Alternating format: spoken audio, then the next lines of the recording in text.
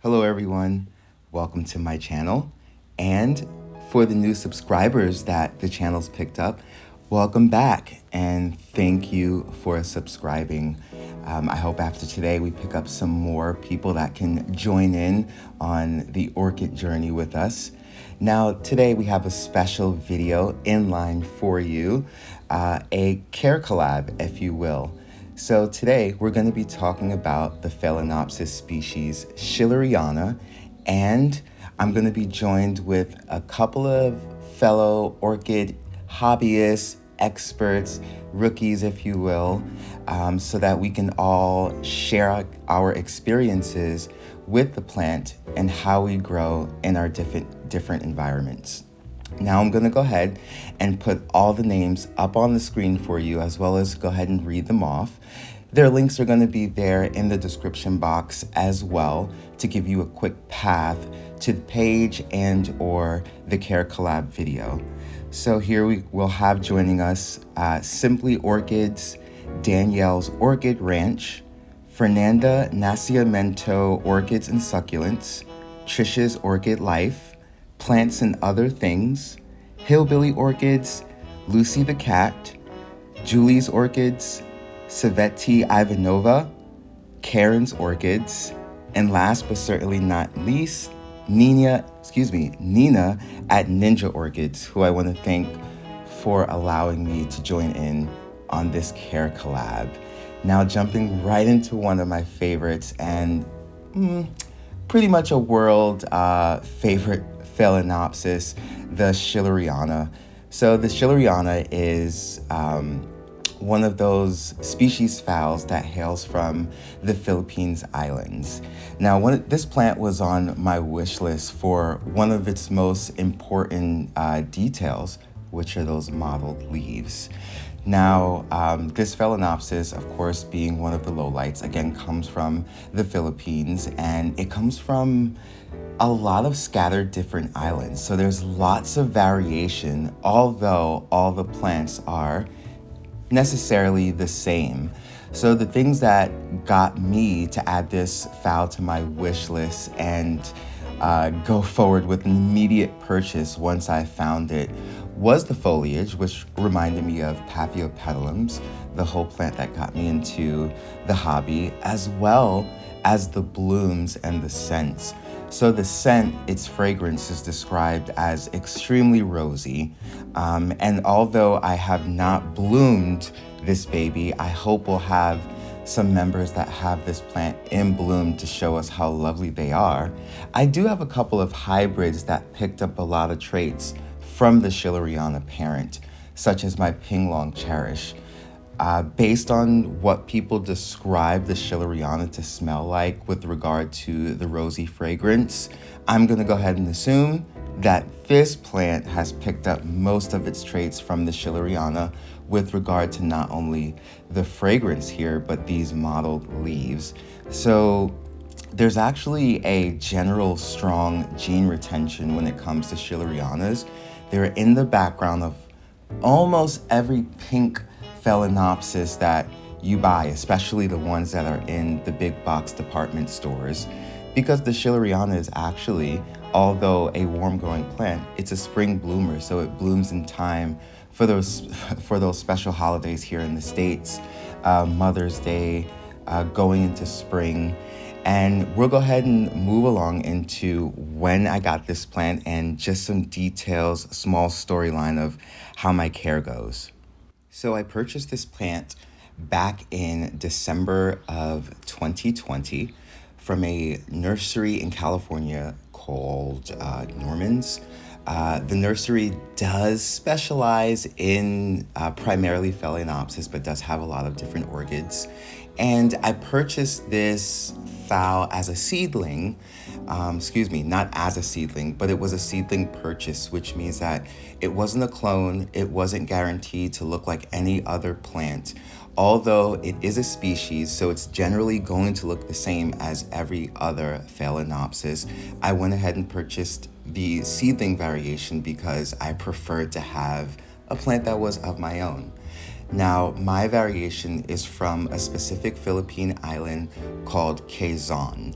And the reason why I went to go ahead and purchase this one in particular is because not only did the huge plant have an appeal to me, but it had a strong spiking habit, and not only in size but just generally with regard to it branching and giving a multiple of sprays and bouquets of blooms, not only on multiple spikes but on the same spike. I didn't take into consideration exactly how big this was. As you can see, the spike currently is growing well out of my grow shelves, and it has a keiki at the end.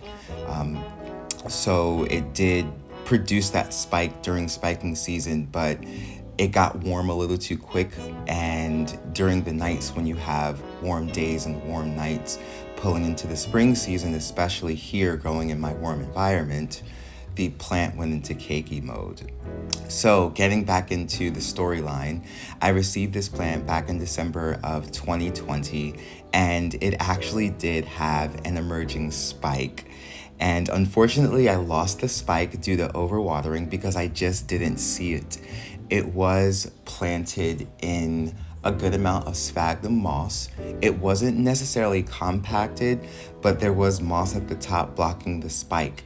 So I had a quick conversation with the owner one day, and he knew the specific plant that he sold me and said, "Oh, hey, yeah, it has a spike." And this was maybe 2 months after the fact, maybe a month or so after the fact, and whoop, looked in and the spike was all soft and it was just gone. So I treated it with Phalaenopsis and removed it to make sure nothing was going to rot in there. And it happened to be repotting season, so the plant did end up getting repotted into a slightly larger pot.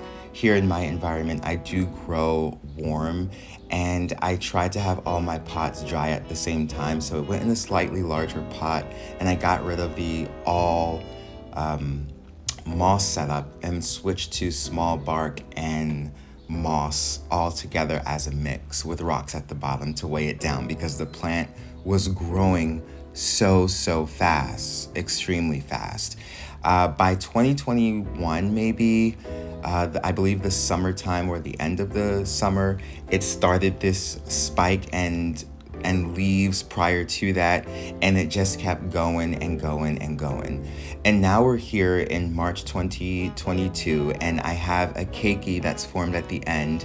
So now I'm going to go and have two of these beautiful schillerianas. I just hope the second one doesn't grow as fast as the first one.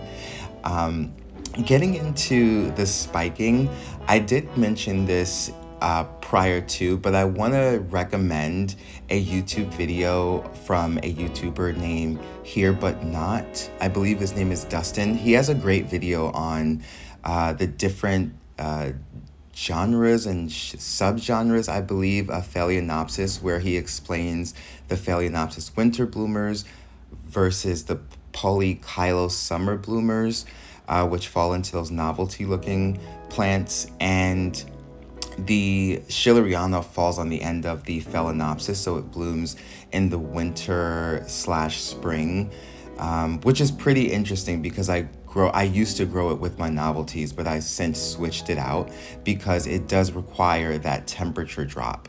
So I had to remove it off of the heat mats. I thought putting it on the heat mats, which I have going during the day, would stimulate a big drop at night, but my temperatures just weren't dropping enough. And heat mats really only provide a bottom heat and not necessarily an overall ambient heat for the plant, I believe, which I'm starting to see unless you have a very small pot.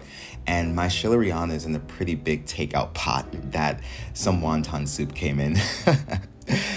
So again, with regard to how I received it with that moss, it did get repotted in this larger takeout cup into the same organic setup with the rocks at the bottom to weigh it down. And the reason why I switched it is because my watering habit. So with regard to how I grow in my environment, my temperatures are fairly intermediate to warm. So My temperatures really don't drop below 70 until like the dead of winter, and the sunrise and sunsets are very far apart, and we have those long nights. Now, with regard to how I water this plant, it actually is slightly different from my other plants because there's somewhat of a semi-hydro setup going on. I have these holes at the bottom of my takeout cup that are sort of raised, which leaves a small reservoir of water at the bottom of the plant at the rocks. Now, the reason why I do this is because the moss tends to dry out fast from the bottom up. So I leave water down there so the roots at the bottom don't dry out too fast, because the roots in the pot are mainly gonna be fine. And I just want a constant absorption of water because my plant is huge. It drinks a lot of water. I'm assuming that it requires, no, not really requires, but I'm assuming that it loves a lot of humidity because ever since I put it near the humidifier, it just takes off with regard to growth. And with regard to growth, I want to point out these roots. The schilleriana has some beautiful roots that have a silver sheen that of course do turn green when they're watered. I do notice that the roots outside of the pot don't really turn green too much. They kind of keep that silver sheen. I'm not sure if it's really an adaptation for the humidity outside of the pot versus inside, but it sure is gorgeous. As you can see in some of the stills, this plant is well overdue for repotting, but I'm not going to do that until I'm able to remove the keiki because I don't want to disturb any of the roots and I don't want to induce any type of shock onto my plant at all. Now, back to these roots, I just wanted to state something that I noticed. I'm not sure where I heard this from, but someone had pointed out that the roots of cattleyas will grow away from light, sort of mimicking how they grow in nature with regard to if there's less light, there's most likely a tree in that direction to root on. And this plant kind of seems to have the same growth habit. The roots just grow straight back. I often have to put the roots back into the pot and monitor them because if I don't, they're just gonna grow crazy and all over the place. Eventually, when I'm comfortable, I do plan on hanging the pot somewhere, especially since the plant is a low light orchid. I may just hang it somewhere in my living room that gets very bright light, but just indirect. I haven't experimented just yet in moving a lot of plants away from the grow space because my apartment is an old style apartment, so I have ACs in my windows and radiators below the windows. So I don't have the option of growing too many of my plants because they're not, the generic big box department store plants. I don't have the option of growing them near these spots because of the different drafts and temperature variations that will happen within the 24-hour time frame. I don't feel that species plants, especially in particular, are going to be very, very resilient against these type of environments that don't try to mimic how they grow in nature very, very closely. The last thing with regard to care I want to leave on is the fertilization of this plant. Now, I do water it a lot. I'm not going to get into specifics, but it's watered almost maybe twice a week when it's warm and once a week when it's cooler, and I cannot miss a watering with this plant. I cannot miss a fertilization because it all shows in the leaves. There are 1, 2, 3, 4. I believe there are 6 leaves and it's working on 7 and a very, very large, extensive root system. So this plant just has a lot of vigor, a long way to go. It's really taught me that this hobby is really about the journey and not the destination all the time, because I thought I was getting rosy blooms, and 2 or 3 years in, I'm actually getting another plant. So I'm grateful because hopefully soon I will have a lot of blooms from 2 schillerianas. But yeah, I'm gonna hold off on that repotting till this keiki is ready to get repotted itself and then move on. I can't wait to hear how all the other collaborators grow this plant. I can't wait to learn some things and maybe help some people with some things. And if you want to join in, please just let me know or contact Nina at Ninja Orchids directly. Lastly, go ahead and let me know how you feel about the video. Leave your comments down. I'm sure there'll be comments from other collaborators as well, so we can all make this a party. And like and subscribe, and go ahead and follow me on Facebook and Instagram if you'd like to join my orchid journey off of YouTube here, and let me know what content you want to keep coming. At that, I leave you all with a wonderful day. See you in the next video.